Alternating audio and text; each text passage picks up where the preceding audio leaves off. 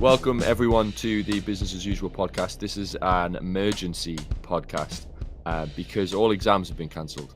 And so for a lot of students across the country and elsewhere as well, there's been a lot of worry, a lot of questions. And so we thought we'd do something where we basically just try to answer as many of those as possible. Just before we get started on that though, we're going to continue providing our podcast every week, potentially even more regularly, because we're going to have much more time to do things like that. And we're going to be putting up a lot more YouTube videos, and we're becoming a bit more active on the Instagram page at businessasusual_, where you can do little quizzes where every weekday we're going to put sort of 5 little multiple choice quizzes so you can keep your knowledge ticking over.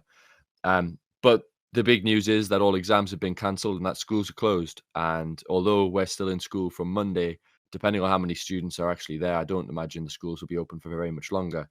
And it's been a crazy week, hasn't it, Mike?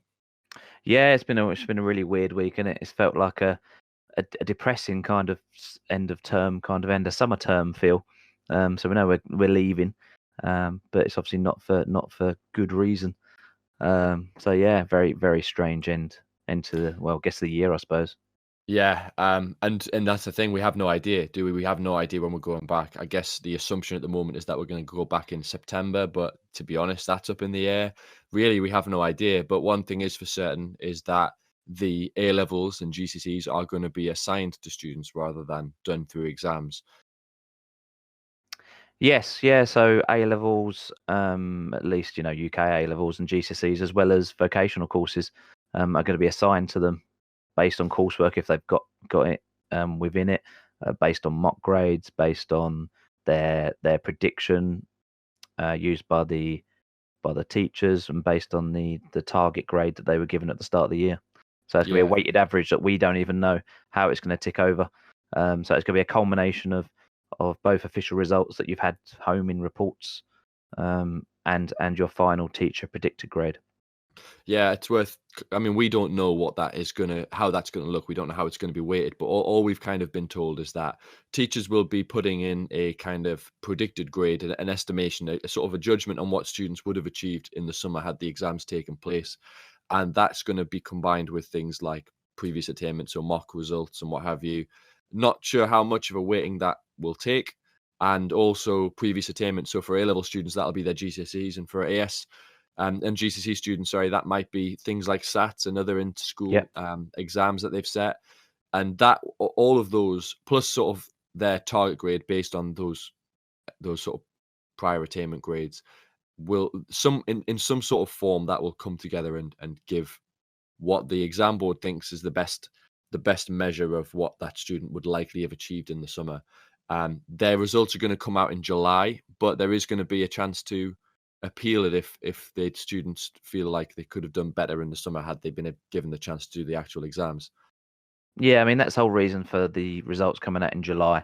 So you're going to get them in July. You can then decide if that's good enough for you or you're happy with them, and then you'll have at least two to 3 months, I'd imagine, to then prepare to do exams.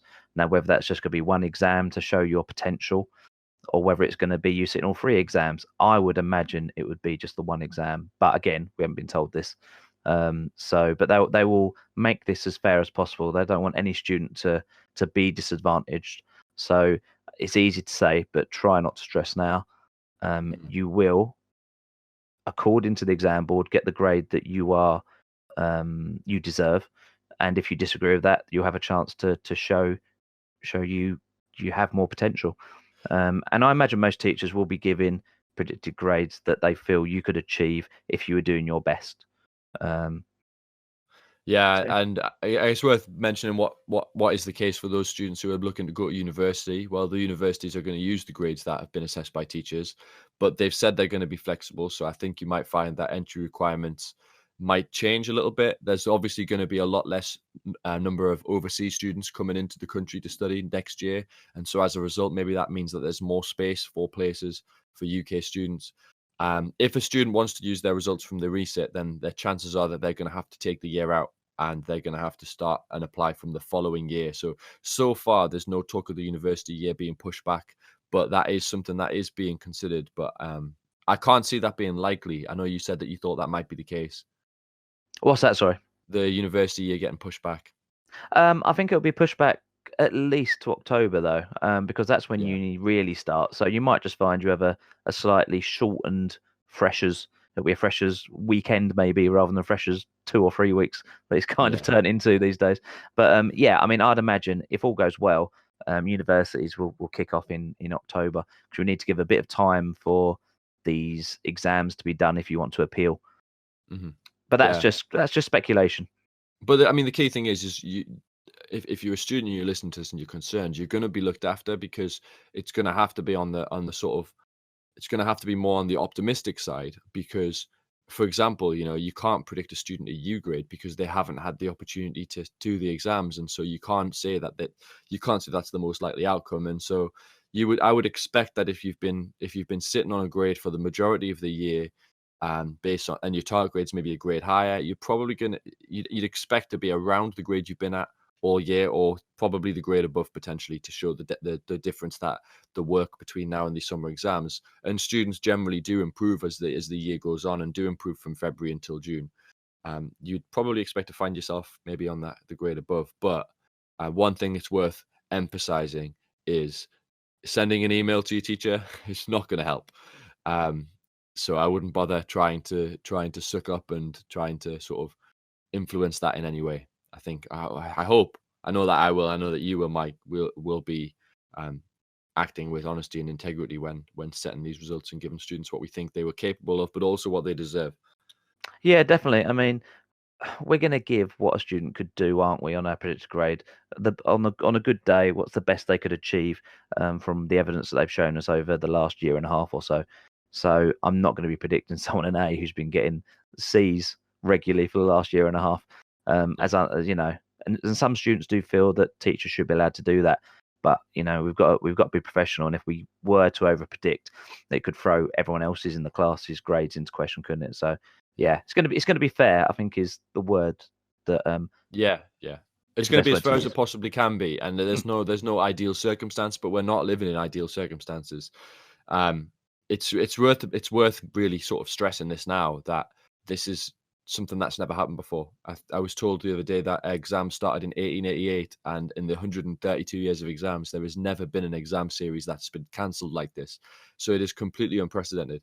And as a result, it's really difficult to put things in place. But I guess it also shows the importance of the situation. And this is why students should be doing everything they can to make sure they maintain that social distancing. I hope you've watched videos on this, and I hope you've read the articles about this. But it is essential that you don't come into contact. You narrow your sort of social circle as much as possible. Realistically, I'm only going to be leaving the house to either get supplies from a supermarket, and in which case it would just be one person from the 4 people who live in my house who'd be doing that, or when I've got to go to school as part of work. And unless you're in one of those situations, you should be doing everything you can to stay home. And Definitely. I how mean, long even that within is the for, house. who knows? Yeah, So even within the house, you want to try and social distance as well as you can. I mean, I'm not saying sit in a room on your own, but you want to try and keep 2 meters away from everyone in your house if possible. Not all pile in the car together. Maybe one person go to get the shopping, hmm, etc., etc. So yeah, hard times, and it's tricky. But try and social distance as much as you can, and then that it's for the benefit of all. yeah. So let's talk a little bit about the last week then, because I've found the last few days to be some of the most bizarre days of not just my career but my life. I think, and usually, you mentioned this earlier, but usually when you get to the end of year 13, you've worked with students for, I've said all this to my classes this week, but it bears repeating. You spend 2 years building these relationships with these students, and you get to the end of the course, don't you? It's sort of May, June time, just before the exams start, and you kind of feel like you've accomplished your goal. You feel like you've done what you were set out to achieve. And then all that's left is, students are well prepared. All that's left is to go out and smash the exams. And it's a celebration, isn't it? The weather's really nice. The students are really like delighted that they've come to the end of this 13-year at least education journey. And there's a huge celebration. I know that we do leavers videos at our school. We do leavers assembly, and it just feels like all of that has been robbed. And for the students, I feel really sorry for them because this is such a big part of their formative life that has just been taken away. I feel robbed of it myself. Um, and I go through this every year. We sort of see it from this side every year. So it's been an incredibly crazy week, and unlike anything I've ever experienced before. Yeah, definitely. I mean, we had a hell of a lot of teachers that were self-isolating, either because they thought they had it or because they had underlying health conditions. So we actually closed down to year 7 and 8 on Wednesday, and then we said goodbye to year 11s on Thursday, and then it was just year 13s in on the Friday. So it was a very strange week. But we did manage, thanks to having very good head boy, etc., to get a good assembly and leaving video, etc. But I mean, it's so surreal doing a leaving video in March, saying goodbye to your students. It's just Yeah, surreal. I mean, I'm in school on Monday, and I'm going to sit in my classroom, and it's just weird to think that I'm not going to have more students in there between now and potentially September, potentially a little bit later than that. Hopefully sooner than that, but I doubt it. It's just a really surreal experience, and it was really quite sad on Friday when I've got students who um I've probably battled to get to attend school regularly over the last 2 years, who were sitting in my classroom after school saying, like, "Now that it's come to it, we don't wanna go, like, we don't want this to be taken away from us," and it was bizarre, certainly bizarre, and, I imagine it's really important for the young people to recognize that if you do what you asked to do in terms of social distancing, that hopefully this can be as short a delay as possible rather than as long a delay as possible. Yeah, definitely. I mean, China are just starting to come out of it slowly now, aren't they? But I think that's Boris Johnson has come under a lot of scrutiny, hasn't he, for making light of it. So I mean, we can't emphasize enough how important it is. We really don't want to be looking like Italy are now. No. I'm sure you've all seen the BBC videos of doctors having to decide if someone should be saved um, based on their age, etc., because they've just got such limited resources for the number of people coming through the doors. So we really don't want to get to that point. So we we really do need to, as boring as it is, stay inside and limit who we see. Don't see Gran, sadly. Maybe see her over Skype. No, exactly. Um, so Yeah, yeah, so you mentioned sort of staying in and so on, and I guess the next part of this is I've called this section the lockdown bucket list because I've started to put one together for myself, like things I want to achieve with all the time I've been given. I'm usually a very busy person, obviously work full time. I coach a National League basketball team, so I'm all over the country every weekend. And so I think this might be the longest amount of hours I've spent continuously in the house since last summer. So I've got a bit of a list of things that I want to achieve. But before we go into that, it's worth just mentioning the work. And so year 12s, you're going to be going back to school next year and you're going to be doing your exams next year. And so as a result, it's essential that you continue to study the course. I know for my students, I'm going to be putting work on. We've got a sort of remote SharePoint where I'll be providing work for my students between myself and my colleagues every day until we finish the course. And I would expect a lot of teachers doing that as well. Um, if you, for whatever reason, don't have access to any work such as that, and you would like some resources, then if you email us or email us at businessaupod@outlook.com, or if you go on Twitter at Mr. J. Goodrich, at Mr. M. Sawyer, or Instagram at business as usual _ and let us know what it is that you want to cover, then we'll either send you some resources or we'll put together some resource for you. We're planning on doing a bunch of stuff on YouTube, aren't we, to get more work on there so that students can access more from home. yes, I mean it's perfect for Edexcel Business. It's as perfect as it can be because it's all very practice based, isn't it? So we'll be able to demonstrate how to do cash flow, for example, and then you go away, do a cash flow forecast, hand it in, we mark it. So you know what I mean? It's not perfect, obviously, but it's as good as it can be. I think with the course we got. I'm also going to be doing some economics, microeconomics stuff for my year 12. So if you're doing economics as well and you want to do a bit of extra practice, I will post up the YouTube channel. I'm going to do that on for economics to keep it slightly separate. And yeah, I mean year 10 as well. I mean, I know a few of my year 10s listen to this as well. So year 10s, it's also very important for you guys to keep cracking and to keep sharp because you're going to be coming back and you're going to be expected to to be on form and Yeah. achieving decent grades when we get back. you're gonna have to achieve, sort of hit the ground running when we return as teachers Definitely. and as students. Year 13s and year 11s, you might feel like there's no point. I said to my students this week, after working on this for a year and a half, to just stop with. We've got 8 topics left to do in the year 13 lessons, for example. To just stop at this point just seems a bit wrong, really. And for lack of anything better to do, I'm going to continue going through the course until we finished it. I'm going to keep providing resources for my students until we finish the course. We're going to look at a way of maybe making some resources publicly available so that students who want to do the same can access it. If you're in year 11, especially if you're planning on studying your A levels, I think it's a good idea to get ahead of that. I had a student from year 11 who I don't teach at our school who was doing business in September email me on Saturday asking for examples of books to read and what have you. So it's an opportunity to get ahead of those things and make sure that you hit the ground running in September, because you are going to have this big sort of obstruction in terms of the 3 months, potentially 4 months, 5 months that you have out of the classroom. Exactly. That's definitely one of the things I'll be doing if I was year 11 now. I would be pre-reading A-level choices.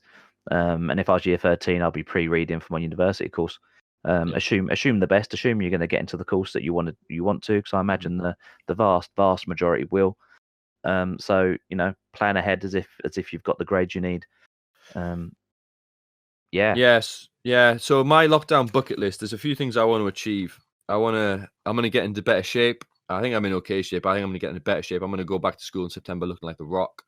I'm gonna, I don't have a guitar, but this would have been the perfect opportunity to learn guitar. But then I've owned a guitar since I was about 13. I'm now 31 and I can't play a chord, so that's probably unlikely. I've got a pile of books I want to read. One I think is quite relevant for business study students. One book I've been reading at the moment, which is by Malcolm Gladwell. It's called Outliers. He has another book called The Tipping Point as well. It's just a look at phenomenons and what causes certain things. So if you're looking to potentially do business studies next year or business as a degree, potentially that might be one you might want to consider. Outliers by Malcolm Gladwell.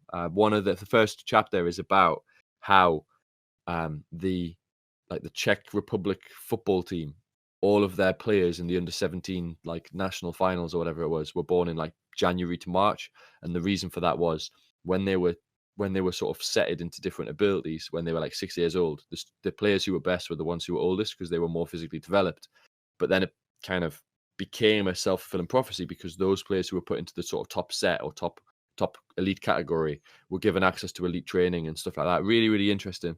It talks about people like Bill Gates and Steve Jobs and how the fact that they became these, entrepreneurial billionaires wasn't just because they were geniuses. It was actually a bunch of circumstances that worked in their favor in terms of the access they had to computers when computers were really, really limited. So loads of stuff like that. So Outliers would be probably my big recommendation in terms of books to read.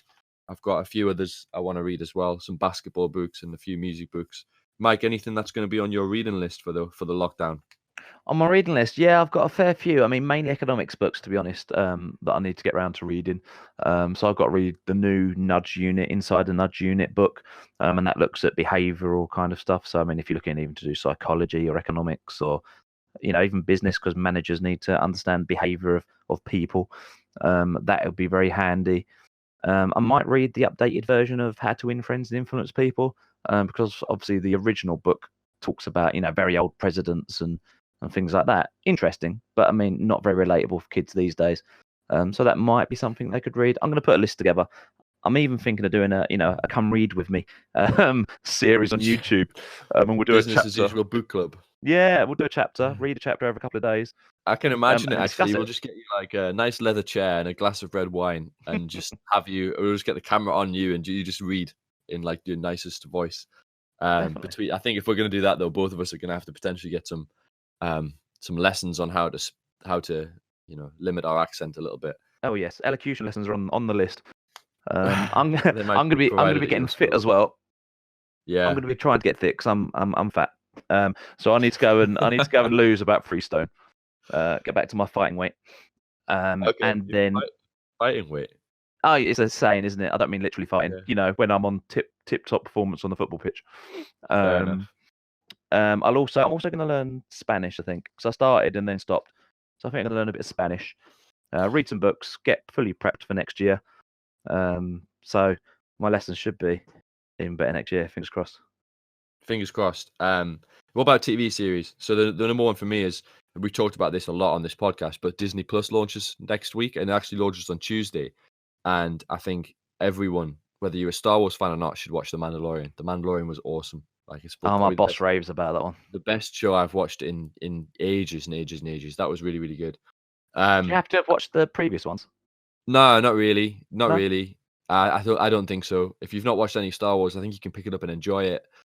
If you have, then you'll see loads of little nuggets of, like, little throwbacks and stuff like that. But if you haven't watched any Star Wars, I think you can still enjoy it. I had students who said that they watched it, who really enjoyed it, and they weren't big Star Wars fans. That's really good. That's coming on Tuesday. On the 1st of April, this is a personal choice. This is Sunderland. I think it's called This is Sunderland, or Sunderland Till I Die.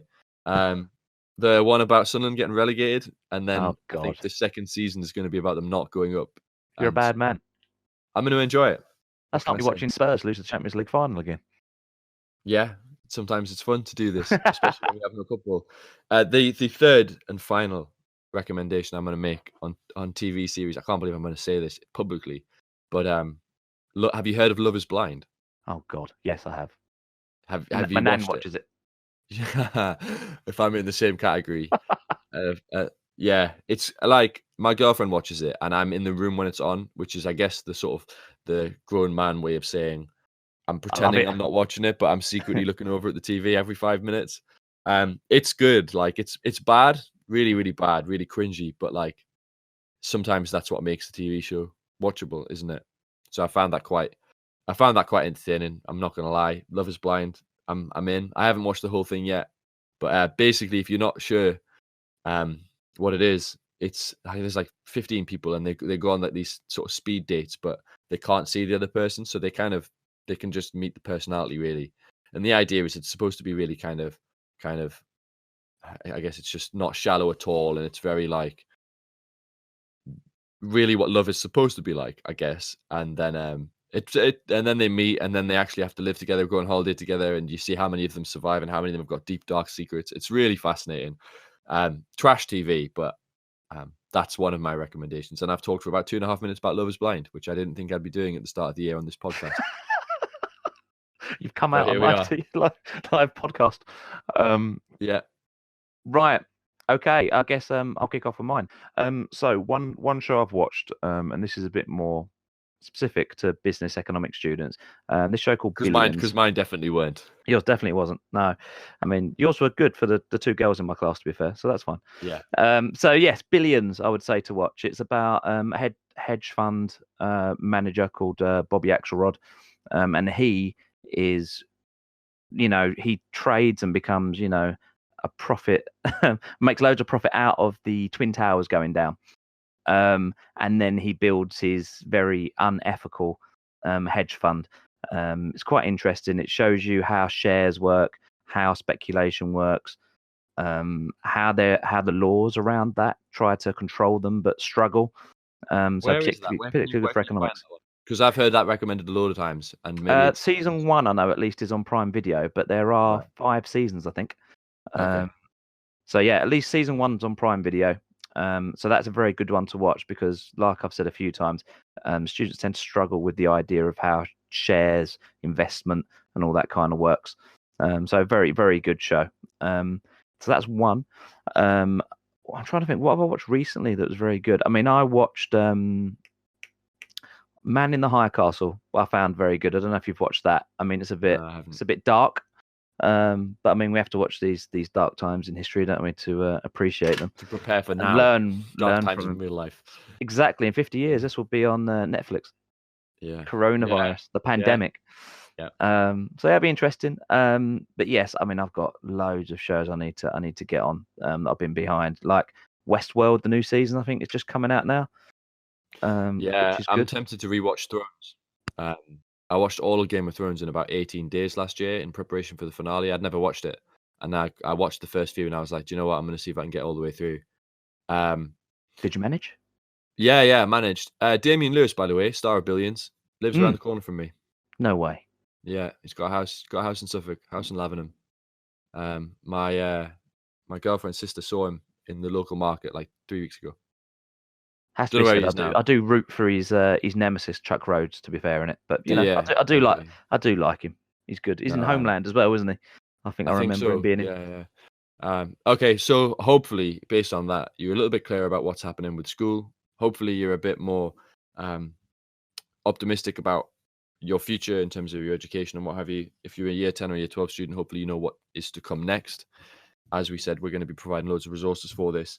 And then, if nothing else, hopefully you've got some ideas of what you can do in your spare time moving forward. Because you got to make sure you take this lockdown stuff seriously, and make sure you've got access to things like Netflix and Disney Plus, which comes out on Tuesday.